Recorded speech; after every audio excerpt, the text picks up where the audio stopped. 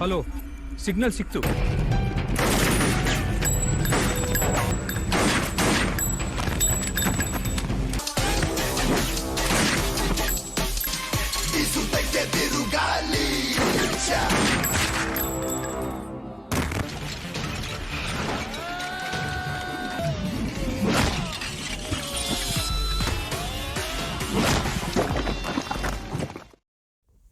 Halo sahabat, Assalamualaikum.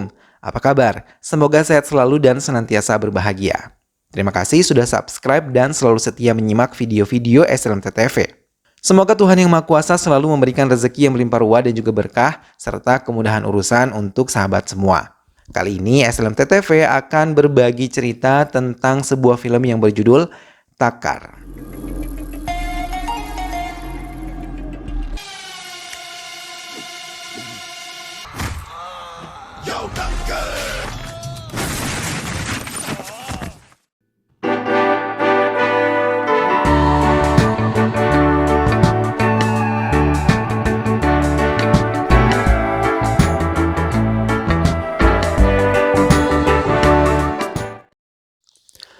Vijay Kumar Negare adalah seorang komisaris yang hari ini akan pensiun dari jabatannya dan digantikan oleh komisaris yang baru. Ia menghadiri sebuah konferensi pers untuk menjelaskan pensiunnya hari ini dan menjawab semua pertanyaan yang diajukan oleh para wartawan yang datang. Namun salah satu wartawan bertanya tentang kematian beberapa wanita yang disebabkan oleh bunuh diri. Bahkan bukan hanya satu, melainkan lebih dari satu, dan hal itu terkadang terjadi dalam satu hari. Vijay Kumar Negare terdiam dan tidak bisa menjawab pertanyaan yang diajukan oleh wartawan tersebut. Ia menyadari belum menyelesaikan kasus itu karena belum menemukan titik terang terkait kasus tersebut. Vijay Kumar Negare memilih melangkah ke ruang arsip dan melihat kembali kasus-kasus yang belum sempat ia bongkar dan menemukan dalang dari semua ini. Ia membaca ulang setiap kejadian bunuh diri yang dialami oleh beberapa wanita muda dari berbagai kota di tempatnya. Lagi-lagi kasus bunuh diri terjadi dan beberapa dari mereka adalah mahasiswa yang hampir menyelesaikan masa kuliahnya di universitas mereka. Rata-rata sebelum mereka memutuskan untuk bunuh diri, mereka mendapatkan telepon dari private number dan raut wajah mereka berubah setelah menjawab telepon tersebut. Mereka pun menangis dan dengan rasa tertekan mereka melakukan bunuh diri, menggantung diri ataupun meminum obat racun serangga. Sementara, di tempat lain perkelahian antara geng kembali terjadi. Padahal kedua geng tersebut merupakan mahasiswa di satu perguruan tinggi yang sama. Hingga satu dari kelompok geng tersebut harus datang ke kantor polisi untuk mempertanggungjawabkan semua perbuatan mereka yang telah saling melukai.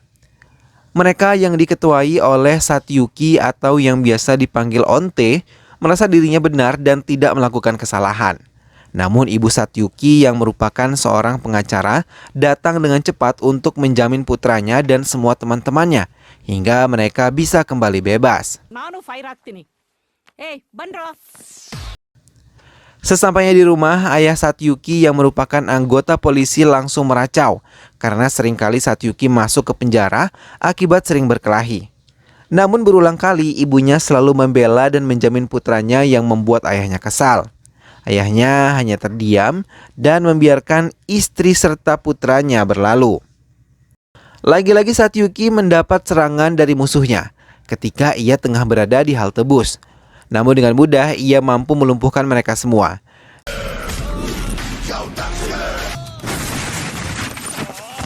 Di tengah perkelahian itu, Satyuki bertemu dengan seorang gadis yang langsung menarik hatinya. Namun wanita yang tidak tahu kalau yang mengalahkan beberapa pemuda itu adalah perbuatan Satyuki membuatnya bertanya-tanya siapakah pelaku dan meminta Satyuki untuk menolong musuhnya. Bahkan ia memaksa untuk menyumbangkan darah untuk korban yang telah dipukuli oleh Satyuki sendiri. Karena untuk menarik perhatian wanita yang baru ia kenal, ia pun menuruti permintaan tersebut.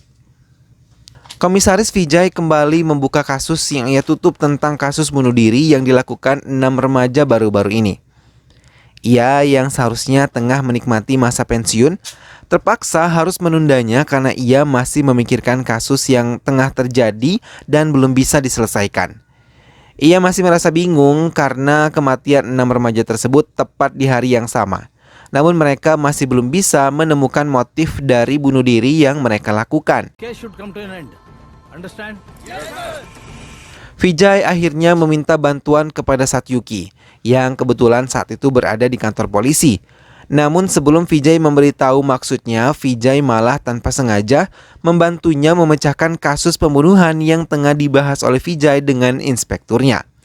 Dengan analisis yang baik, Satyuki memberikan penjelasan tentang bagaimana si pembunuh melakukan aksinya walaupun hanya melihat dari potongan-potongan foto yang berserak di meja kerja Vijay.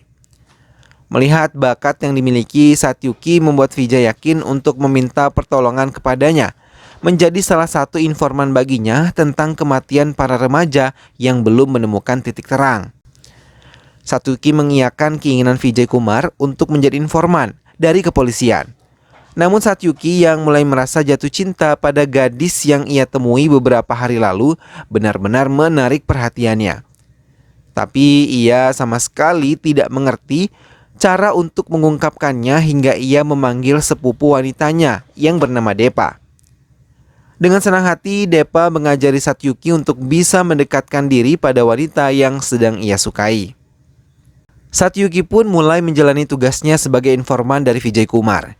Ia bahkan dengan cepat dan tangkas membantu menangkap pelaku perampokan yang kemarin baru saja terjadi. Namun lagi-lagi saat berkelahi, Satyuki bertemu dengan gadis yang menarik hatinya.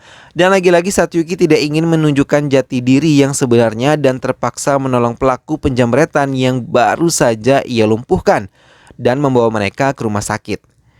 Di lobi rumah sakit tersebut, Satyuki mencoba beberapa cara yang diajarkan oleh Depa kepadanya, hingga ia berhasil mengetahui nama dari wanita cantik tersebut adalah Punya. Pendekatan demi pendekatan pun mulai dilakukan Satyuki untuk mendapatkan perhatian Punya. Ia bahkan harus berpura-pura rajin mengunjungi kuil dan berdoa setiap hari, serta melakukan kebaikan-kebaikan lain yang diajarkan Depa kepadanya. Hingga lama-kelamaan, Punya akhirnya merasa jatuh cinta kepada Satyuki. Punya menelpon Satyuki memintanya untuk menemuinya di sebuah tempat. Dengan hati senang, Satyuki menerima ajakan yang ditawarkan oleh Punya. Satyuki telah sampai lebih dulu di tempat mereka akan bertemu. Di tempat itu, Satyuki melihat raut wajah wanita yang ada di depannya terasa tertekan saat berbicara dengan laki-laki lawan bicaranya. Ketika Satyuki ingin mencuri dengar pembicaraan mereka, niatnya harus terhenti ketika Punya sudah hadir di hadapannya. Mereka pun pergi ke arah taman. Di tempat itu, Punya menyatakan perasaannya kepada Satyuki. Mendengar hal itu, Satyuki dengan senang hati menerima pernyataan cinta Punya karena ia juga benar-benar mencintai Punya sejak pertama kali ia bertemu. Di tengah perjalanan menuju kediamannya, Satyuki terpaksa berhenti ketika melihat beberapa anggota polisi menjaga rumah seorang wanita dan Satyuki menghentikan sepeda motor miliknya. Ia merasa terkejut ketika melihat jenazah tersebut adalah wanita yang tadi ia temukan di taman bersama Punya. Sesampainya di rumah, Satyuki kembali merasa sedih melihat ibu dari Depa menangis dan mengatakan kalau Depa sampai hari ini belum kembali ke rumah sejak kemarin izin ke kampusnya. Dengan cepat, Satyuki kembali meninggalkan rumahnya dan mencari keberadaan Depa. Hingga semua tempat ia datangi sambil membawa foto Depa, tapi ia tidak berhasil menemukannya. Hingga ia meminta bantuan Silu, seorang hacker kartu kredit, dan ia mencari dari nomor handphone yang ada di HP Depa. Silu dengan cepat membantu dan melacak keberadaan Depa hingga ia menemukan kalau Depa berada di Atigupe dan kini menuju Yeswanpur. Dengan cepat, Satyuki melajukan motornya ke area yang ditujukan oleh Silu dengan bantuan Vijaya. Ia mencari keberadaan Depa. Motornya terus melaju hingga mereka menghentikan lajunya di depan gudang tua karena Silu sudah tidak membaca sinyal dari Depa. Signal cut ಆಯ್ತು. Satyuki dan Vijay melangkah memasuki gudang tua tersebut dan melihat beberapa mobil tengah terparkir rapi. Tiba-tiba saat Satyuki membuka salah satu pintu mobil tersebut, ia menemukan Depa berada di dalamnya.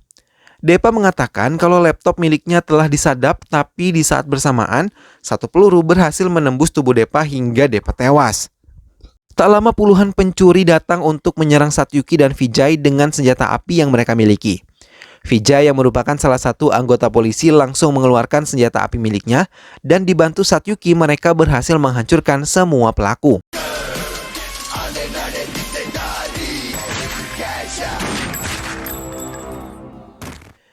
Vijay dan Satyuki menemui komisaris Vijay Kumar dan menceritakan semuanya.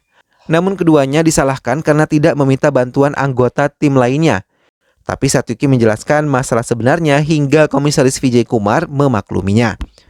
Sekembalinya dari menemui Vijay Kumar, Satyuki menerima telepon dari private number yang mengancam Satyuki dan akan menghancurkannya beserta keluarganya. Private number yang merupakan dalang dari itu semua merasa marah karena dalam aksi baku tembak sebelumnya kakak laki-lakinya telah tewas dihabisi oleh Satyuki. Ia yang mengaku bernama Ravana meminta agar Satyuki tidak lagi ikut campur dalam urusannya. Tapi Satyuki bukannya takut, namun malah menantang Ravana dan mengatakan kalau ia akan menghancurkan bisnisnya yang menjual para wanita yang telah dipaksanya untuk mengikuti semua permintaannya. Get ready to die. Satyuki masih merasa sedih atas kehilangan Depa sepupunya. Namun tiba-tiba Punya datang dan langsung memutuskan hubungan mereka.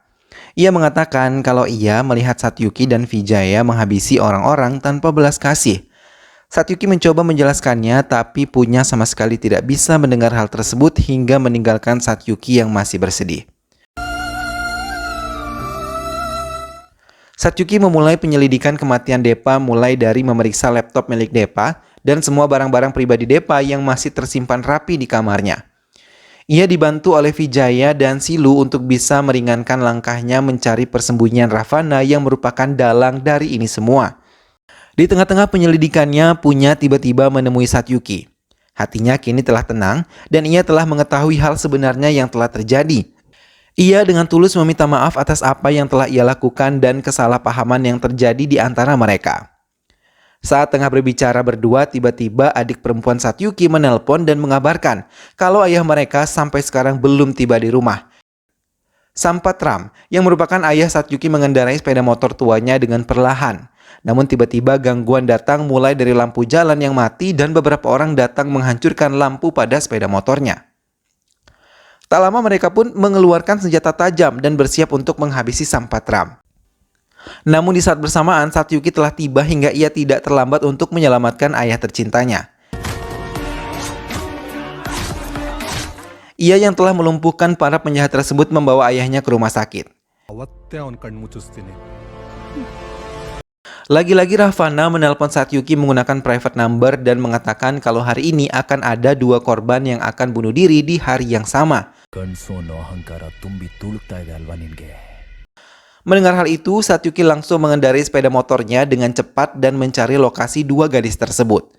Hingga ia harus meminta bantuan Silu, dan ia menemukan salah satu kediaman gadis tersebut. Satyuki menerobos masuk ke rumah itu, namun di saat bersamaan saat gadis itu mau meminum racun, Satyuki memasuki kamarnya hingga ia menggagalkan niatnya tersebut. Namun beberapa detik kemudian, satu peluru berhasil menembus kepala wanita itu hingga ia tewas di hadapan Satyuki. Melihat hal itu, Satyuki mempercepat langkahnya dan mencari korban kedua, namun lagi-lagi langkahnya gagal. Karena kali ini saat ia membuka pintu kamar gadis tersebut, ia telah menemukan gadis itu bunuh diri dengan memotong urat nadi di pergelangan tangannya. Satyuki yang hampir putus asa membuat Ravana merasa di atas angin karena cybercrime kali ini sepenuhnya dikuasai oleh dirinya. Satyuki mencoba menjelaskan hasil analisis yang telah ia peroleh dari penyelidikannya selama ini. Ia mengatakan kalau si pelaku menyadap kamera handphone ataupun laptop hingga ia bisa merekam semua kejadian yang terjadi di kamar korban. Hingga ia pun menghubungi korban dan mengancamnya akan menyebarkan foto dan video yang ada ke dunia maya. Atau mereka harus mengikuti keinginan Ravana menjual mereka ke luar negeri untuk memuaskan nafsu para pelanggan mereka. Satyuki yang sebenarnya mengalami jalan buntu untuk menghadapi Ravana memutuskan untuk membuat sebuah video. Dengan menggunakan topeng, Satyuki meminta kepada semua masyarakat untuk lebih berhati-hati dalam menggunakan handphone dan laptop. Karena penyadapan kamera kini sedang marak terjadi dan merekam semua kegiatan pribadi mereka. Satyuki mengimbau kepada semua warga untuk tidak sembarang mengeklik link yang ada di media sosial mereka. Warga yang menonton video tersebut langsung mengambil langkah besar mereka untuk menutup kamera depan mereka di handphone maupun di laptop hingga membuat Ravana tidak lagi mendapatkan korban. Tapi Ravana memiliki cara lain. Hingga ia memberitahu Satyuki kalau akan ada 100 wanita yang akan bunuh diri dalam waktu yang sama. ಅಷ್ಟು ಜನ ಹುಡುಗಿರು ಸಾಯ್ಬೇಕು. ನಿನ್ ಟಕ್ಕರ್ಗೆ ನನ್ ಟಕ್ಕರ್. Mendengar hal itu, bersama Silu, Satyuki mencari tahu di mana 100 wanita calon korban Ravana berikutnya. Hingga Silu menemukan ide dan Satyuki hanya tinggal menjalankannya. Satyuki mengikuti sebuah mobil yang dicurigai membawa para wanita yang akan dijadikan wanita penghibur. Dugaan Silu pun tepat karena saat Satyuki mengikuti mobil tersebut, beberapa wanita keluar dari mobil dengan wajah yang sangat sedih. Melihat kedatangan Satyuki, semua anak buah Ravana langsung mencoba untuk menghabisi Satyuki. Melihat serangan mereka, Satyuki langsung menyiapkan diri untuk menghadapi mereka, hingga dalam waktu cepat ia pun mampu mengalahkan mereka semua.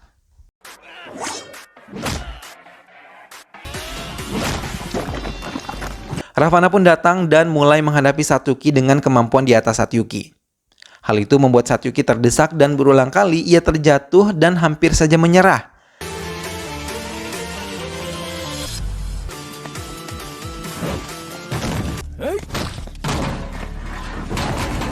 Namun saat rentetan korban dari kejahatan Ravana melintas di pikirannya dan permintaan ayahnya yang memintanya untuk melindungi keluarganya, membuat Satyuki mulai membangun pertahanannya dan mulai menyerang Ravana hingga Ravana bisa ia lumpuhkan. Saat Ravana lemah tak berdaya, Satyuki langsung menghabisi Ravana. Setelah kematian Ravana, Satyuki langsung mengambil foto Ravana dan menyebarkannya. Kalau pelaku kejahatan telah berhasil ia lumpuhkan, ia menggagalkan percobaan bunuh diri yang akan dilakukan oleh calon korban Ravana. Film pun selesai. Nah sahabat, itulah tadi alur cerita dari film yang berjudul Takar. Kemajuan teknologi memang membawa banyak kemudahan dalam hidup ya sahabat. Namun di sisi lain kecanggihan teknologi juga membuka peluang bagi para pelaku kejahatan untuk melancarkan aksi kejahatannya. Untuk itu berhati-hatilah dalam menggunakan teknologi. Kepandaian menggunakan fasilitas teknologi harus dibarengi pula dengan kebijakan dalam penggunaannya. Sehingga hal-hal negatif yang mungkin dapat terjadi ketika menggunakan teknologi dapat diminimalisir. Dan tentunya bagi para pelaku kejahatan cyber, berhati-hatilah karena setiap kejahatan tentu nanti akan mendapatkan balasannya. Mudah-mudahan sahabat semua terhibur setelah menyimak alur cerita film ini. Sampai bertemu lagi di alur cerita film-film selanjutnya. Terima kasih sudah menyimak video ini sampai akhir. Dan ingat untuk selalu dukung SLMTTV dengan cara klik like, komen, share, dan juga subscribe. Sampai berjumpa lagi sahabat, sehat selalu dan wassalamualaikum.